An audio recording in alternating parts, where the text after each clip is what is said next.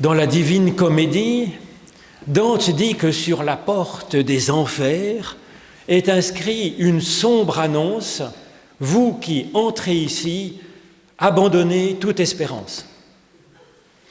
Alors, cela me semble parfaitement exact. Ne pas avoir d'espérance, c'est vivre un enfer. Or, il paraît que notre jeunesse serait un petit peu découragée sur les bords, que les populations de nos pays occidentaux seraient désespérées, en perte de souffle, en perte de quelque chose qui les porte, un idéal, une espérance qui les porte. Et effectivement, c'est assez compliqué, parce que cela rejaillit sur le moral des individus avec beaucoup de souffrances et même des morts. Cela rejaillit sur le moral des peuples. Et cela a des conséquences très pratiques, y compris dans l'ambiance qui règne dans nos sociétés. Car une personne qui est en manque d'espoir, en manque même d'espérance, devient plus crispée, devient plus individualiste, se recroqueville sur soi-même, et puis elle a du mal en fait à réfléchir avec lucidité, et puis elle a du mal donc à être dans un bon développement, dans un cheminement, parce qu'il n'y a pas d'horizon à son espérance. Alors comment avancer ? Eh bien, c'est la question qui m'a été posée par un groupe qui me demandait comment réenchanter nos vies, comment réenchanter le monde. Alors pour ça, il me semble utile effectivement d'observer, de compatir, de réfléchir, de prier, et puis d'en parler entre nous, comme nous le faisons ici, en fait, dimanche après dimanche, comme nous le faisons avec les enfants. Effectivement, je pense que c'est là un reprendre pied pour se préparer à avancer. Mais ça date pas d'hier, c'est ce que propose aussi Ésaïe dans le texte que je vous propose. Ésaïe parlant à son peuple à une époque où ils été déportés à Babylone pour une partie du peuple, et où ils sont donc dans une situation catastrophique sur tous les plans. Peut-être pas matérielle, mais ils sont en perte d'identité, ils sont en perte de foi, et ça va donner effectivement, après Ésaïe, un sursaut, effectivement, de foi, d'espérance pour ce peuple. Alors Ésaïe commence son livre, parce qu'en fait, c'est le second Ésaïe. Le premier Ésaïe, c'était 200 ans avant l'Ésaïe dont nous parlons ici, au début du chapitre 40 de ce grand recueil qui rassemble en fait 3 livres de 3 prophètes successifs. Là, c'est le second Ésaïe qui commence son livre, qu'on appelle le livre de la consolation d'Israël, au chapitre 40, avec une impressionnante tirade de l'Éternel qui nous adresse une vocation. « Consolez, consolez mon peuple, dit votre Dieu. Parlez au cœur de Jérusalem et criez-lui que son combat est terminé, que sa faute est graciée, qu'elle a reçu de la main de l'Éternel au double de tous ses péchés. Une voix crie dans le désert, ouvrez le chemin de l'Éternel. » Alors c'est le premier pas dans la consolation, avec ce cri, consolez, consolez mon peuple. Donc le premier pas dans la consolation, c'est de chercher à consoler les autres. Alors c'est ce que reprend cette fameuse prière franciscaine, « Seigneur, fais de moi un artisan de paix », que je ne cherche pas tant à être consolé moi-même qu'à consoler les autres. Et effectivement, je crois qu'il n'y a rien de tel pour se consoler soi-même que d'essayer de faire du bien aux autres. Alors cela, mais les sagesses paysannes, je pense, de tous les peuples de la terre l'ont bien noté. Par exemple, il y a cette sagesse paysanne qui dit « Si tu veux moissonner du bonheur dans ton champ, va semer du bonheur dans le champ du voisin. Et c'est ce qu'on l'on trouve effectivement ici. C'est souvent une opération gagnant-gagnant, même pour Jésus, auquel ça n'a pas tellement porté chance, si je puis dire, de s'occuper du bonheur de l'humanité, eh bien quand même. Au moment où il essaye de transmettre le flambeau à ses disciples, il témoigne de sa joie aboutie dans ses derniers entretiens avec ses disciples dans les chapitres 14, 15 de l'Évangile selon Jean. Alors à qui est-ce que Dieu s'adresse ainsi quand il dit « Consolez, consolez mon peuple » À qui est-ce qu'il s'adresse avec cette vocation ? Alors comme souvent dans Ésaïe, c'était déjà le cas en Ésaïe 6, quand Dieu appelle le prophète à sa vocation, Dieu parle à la cantonade. À qui voudra bien se sentir concerné ? Et qui pourrait être concerné par cet appel de l'Éternel, si ce n'est à ceux qui, dans une certaine mesure, sont à l'écoute de la parole de Dieu, à l'écoute de ce que Dieu cherche pour le monde.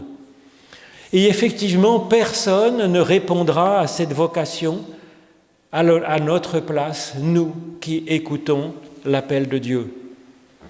Alors ce terme de consolation, en hébreu c'est nacham, signifie beaucoup plus que remonter le moral de la personne. C'est plus complet, c'est plus global. C'est faire que la personne soit en forme dans toutes les dimensions de son être. Et on sait bien effectivement que l'humain est une personne complexe, qu'il suffit d'avoir ne serait-ce que mal à une dent pour que tout notre moral vole en éclats et que quand notre moral est bon, tout le corps va mieux se porter. Donc c'est les différentes dimensions de l'humain, aussi bien du corps que de l'intelligence, que de l'espérance, que de la foi. Bien sûr, le spirituel est compris dans ce « consoler mon peuple ». Alors le redoublement « consoler, consoler » dit que c'est une tâche prioritaire, c'est une insistance pour dire que c'est une tâche essentielle, urgente, que c'est la base de la base de tout ce qu'on peut espérer ensuite. Et puis, c'est une prière en fait que Dieu nous adresse, c'est une supplication pour que nous puissions faire le job. Alors évidemment, c'est un appel qui est adressé à nous en particulier, à nous qui sommes chrétiens. Bien sûr, ça fait partie de notre vocation qui nous est adressée. Alors ensuite, Ésaïe passe immédiatement à une étape première, fondamentale, préalable à tout ce qu'il va dire par la suite dans cette démarche qu'il propose au chapitre 40. Le début, le cœur du cœur, c'est d'annoncer la grâce de Dieu. C'est de parler au cœur de la ville, au cœur de Jérusalem. Et c'est s'adresser donc au cœur de la personne, au cœur des gens, au cœur de notre peuple, pour leur dire, à notre façon, que Dieu n'est que grâce, n'est que pardon, n'est que bienveillance, et que vraiment Dieu fait du bien à l'homme, à la femme, aux enfants. Que cette grâce de Dieu, au lieu de nous enfermer, comme on pense souvent que la religion produit, au contraire, cette grâce de Dieu est vraiment libérante. Elle nous encourage à avancer, à faire comme nous pourrons. C'est ainsi, nous dit Ésaïe, que nous pourrons, par cette annonce de la grâce de Dieu, préparer un chemin pour Dieu dans notre humanité qui n'est pas très, très en forme. Et que nous pourrons ainsi écarter les montagnes et les collines, c'est-à-dire rabaisser les vaines adorations qui aliènent le peuple, qui aliènent ceux que nous aimons. C'est ainsi que nous comblerons les nids de poules, les failles, les fractures qui entravent le cheminement de l'esprit, la circulation de l'esprit dans bien des cœurs, dans bien des vies. Alors ensuite, Ésaïe nous dit qu'une voix nous dit « Crie ». Et nous répondons « Que crierai-je » Alors il y a là une excellente question. Nous avons entendu cet appel à consoler, notre vocation, mais comment faire ? Quel problème, en fait, vient obstruer ce cheminement vers un réenchantement ? Eh bien, c'est le temps de l'écoute, du discernement, de la compassion. C'est le temps de notre réflexion et de notre prière, à nous, serviteurs de l'Éternel, pour chercher ce que nous allons pouvoir faire pour effectivement avancer et faire avancer. Alors Ésaïe nous donne alors plusieurs drames qui affligent le cœur de l'humain et qui vont nous demander un travail pour consoler donc l'humain. Le premier, c'est cette voix, donc c'est le premier que souligne Ésaïe après avoir dit voilà, crie, et on répond que crierai-je. On pourrait répondre avec cette interrogation. Toute chair est comme l'herbe sèche, la fleur se fane, mais la parole de notre Dieu demeure éternellement. Et donc le premier cri, la première vigilance, la première consolation à apporter, c'est que toute chair est comme l'herbe sèche, la fleur se fane, mais la parole de notre Dieu demeure éternellement. C'est-à-dire que l'existence humaine en ce monde, elle est brève. Elle est un temps de croissance, un temps de joie, de beauté, mais rapidement, elle est un temps de diminution, un temps d'assèchement, un temps d'effacement. Alors cela peut provoquer effectivement cette trajectoire de l'humain, ça peut provoquer des sentiments désabusés. S'il en est ainsi, à quoi bon faire un enfant si c'est de toute façon pour le préparer à mourir bientôt ? À quoi bon éduquer ? À quoi bon aider les gens ? À quoi bon aider, soutenir, soigner, se soigner soi-même si de toute façon le combat est perdu d'avance ? Il n'est pas perdu, ce combat, nous dit Ésaïe, nous dit le prophète, nous dit l'Esprit, en réalité, au fond de nous. Et c'est justement ça qu'il faut relever, qu'il faut remettre en valeur. Et cela n'a rien d'abstrait, effectivement, ce remontage d'esprit, de morale, de visée. Ce n'est pas un simple poème pieusard pour nous rassurer face à la fragilité de nos corps. Je pense même, en réalité, que toute personne qui regarde un peu en elle-même, au fond d'elle-même, sent que cela est vrai, que le combat n'est pas perdu. C'est sentir au fond de soi-même que notre existence a un prix infini et qu'elle peut avoir du sens, qu'on peut lui trouver un vrai sens. C'est trouver un émerveillement, c'est trouver une joie même dans les moments les plus rudes de notre existence. C'est se sentir intérieurement libre, libre de penser, libre d'aimer, d'espérer, même si on est enfermé dans des barreaux de fer ou dans une terrible situation de détresse.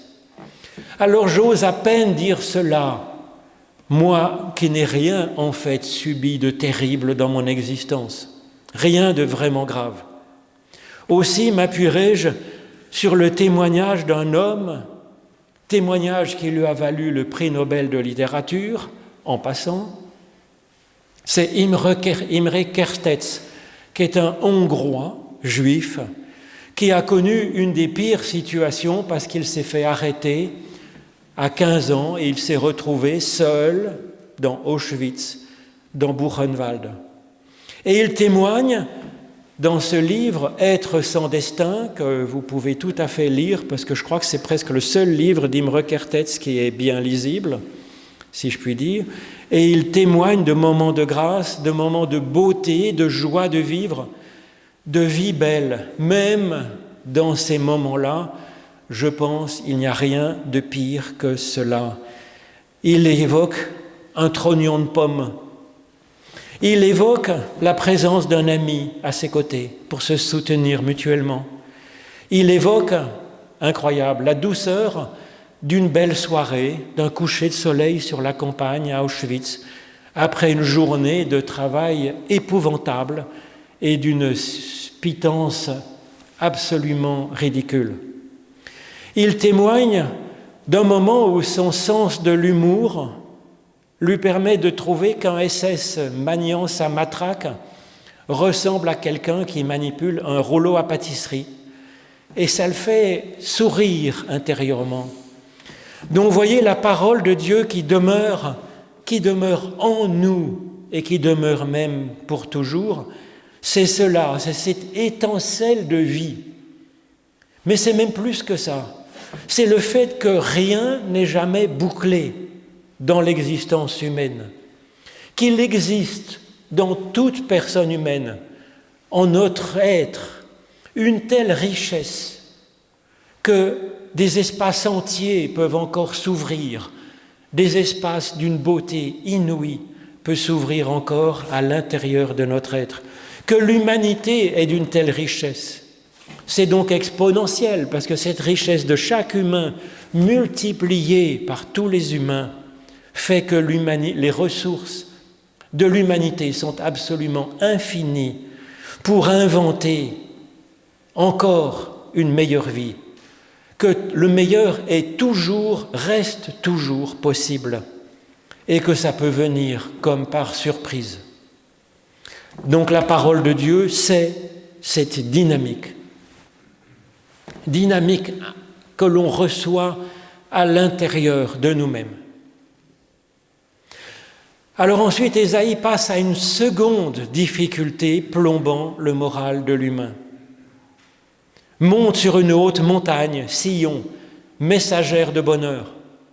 Voici votre Dieu, il fait paître son troupeau. De son bras, il rassemblera les agneaux, il les portera dans son sein, il conduira les brebis qui allaitent. Alors le second drame qui afflige l'humain, c'est le sentiment de ne pas être à la hauteur. Alors c'est assez normal parce que l'humain a, par cette parole de Dieu qui réside en lui, comme une aspiration à l'infini. Et ça fait partie de notre nature, donc en partie divine. Alors c'est extraordinaire, mais évidemment, nous ne sommes pas Dieu. Et donc ça nous place en porte-à-faux entre nos aspirations divines, transcendantes, infinies, et puis notre réalité beaucoup plus terre-à-terre, beaucoup plus limitée. Les événements de notre vie aussi, avec les petits accrochages, avec l'actualité du monde, peuvent renforcer ce sentiment que l'humanité, que notre humanité est finalement assez mauvaise. Et c'est ainsi que notre seconde grande mélancolie, c'est ce sentiment d'être insuffisant et quelque part d'être coupable. On parle du syndrome de l'imposteur. On ne se sent pas qualifié, alors que des signes nous disent que nous serions effectivement qualifiés pour être debout, faire des belles choses. Alors, face à cela, face à ce sentiment sourd, finalement, eh bien, Ésaïe nous encourage à être des messagers de bonheur et de bien, d'annoncer, de manifester que Dieu réagit à sa façon à ce que nous sommes aujourd'hui et que sa réaction n'est absolument pas un châtiment.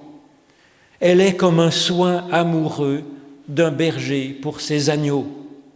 Il nous porte dans son sein et puis il nous allaite, c'est-à-dire qu'il nous aide à grandir. Voilà. Si nous sommes petits, eh bien Dieu va travailler à nous faire grandir, c'est tout. Et donc non, nous ne sommes pas d'horribles coupables, nuls, c'est l'inverse. Nous sommes une personne promise à grandir et digne des meilleurs soins. Alors après cette étape, seconde étape, suit un long et magnifique développement d'Ésaïe sur la transcendance de Dieu. Alors je ne vais vous en lire qu'un court extrait, même s'il vaudrait la peine d'être lu en entier. Vous le trouverez dans votre Bible ou je le mettrai aussi sur Internet suite à cette prédication. Mais je vous en lis quelques lignes. À qui voulez-vous comparer Dieu ? Quelle représentation dresserez-vous de lui ? C'est un artisan qui fond la statue, c'est un orfèvre qui la couvre d'or. Levez les yeux en haut et regardez vers le ciel. Qui a créé toutes ces choses ? Donc, c'est-à-dire que Dieu est d'un tout autre ordre que ce que dit la rumeur publique. Les théologies, les théories sur Dieu. C'est un appel d'Ésaïe à ce que nous fassions plus de théologie, que tous et toutes nous fassions plus de théologie et que nous la fassions de deux façons. D'abord, c'est une théologie expérimentale. Levez les yeux et regardez, s'écrie Ésaïe. Laissez-vous toucher par l'émerveillement. Et puis comparez avec les représentations de Dieu que font les humains, en or, en argent, en bois. C'est donc un double appel, un appel à l'émerveillement, à l'intérieur de nous et puis dans l'univers, et un appel aussi à relire les théologiens, les penseurs, les philosophes, les poètes. 6000 ans de patrimoine extraordinaire. Les humains sont effectivement d'habiles artisans, nous dit Ésaïe. Il y a là des trésors, un patrimoine que les vers n'atteignent pas, qui ne pourrissent pas. Il faut simplement ne pas confondre avec la transcendance de Dieu qui est à vivre, qui est à expérimenter, qui est sujet d'émerveillement, mais il peut y avoir les deux ensemble, les deux mis en regard, comme nous le propose Ésaïe. Et je pense qu'une des grandes sources de désespoir en ce monde actuellement, c'est donc le troisième drame de notre humanité désespérée. Ça me semble être quand les personnes n'ont plus ni de recherche de Dieu, le fait de lever le regard vers le ciel, comme le proposait Ésaïe, ni un minimum de culture, point de lecture du patrimoine de la pensée humaine, ni l'un ni l'autre. Il faudrait au moins avoir un des deux. Et si c'est possible, les deux ensemble en regard, comme le propose Ésaïe. Et quand on n'a ni l'un ni l'autre, ça enferme chacun dans son horizon restreint, tout petit horizon, tout en étant fatalement persuadé de détenir la vérité. Mais cette vérité est souvent un désespoir. Alors voilà ce que dit ensuite Ésaïe. « Pourquoi dis-tu, Jacob ? Pourquoi répètes-tu, Israël ? Ma destinée est cachée à l'Éternel. Mon droit passe inaperçu à mon Dieu. Ne l'as-tu pas reconnu ? Ne l'as-tu pas entendu ?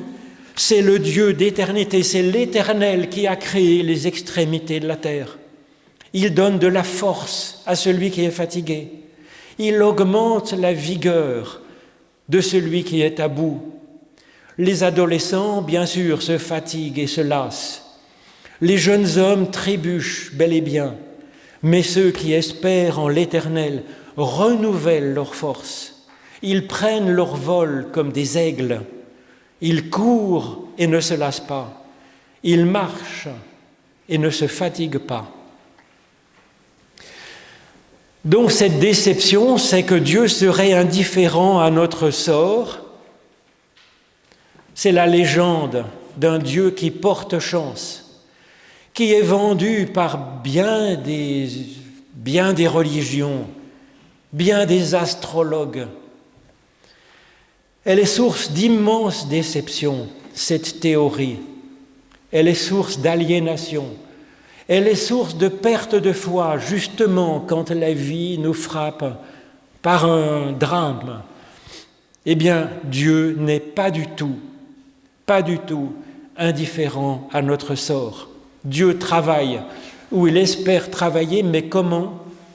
Il travaille au plus profond de chaque personne pour lui donner de la force, pour lui donner une nouvelle jeunesse, pour lui donner une vue à hauteur d'aigle qui permet de discerner les tenants et les aboutissants et de pouvoir discerner notre propre chemin dans ce monde. Tel est notre Dieu, le Dieu sur lequel nous pouvons compter fermement. Et c'est une expérience de milliards de croyants partout dans le monde depuis, 100 000 ans. Notre vocation nous appelle à avoir comme priorité de réconcilier en vérité les humains avec ce Dieu et que les personnes soient effectivement consolées.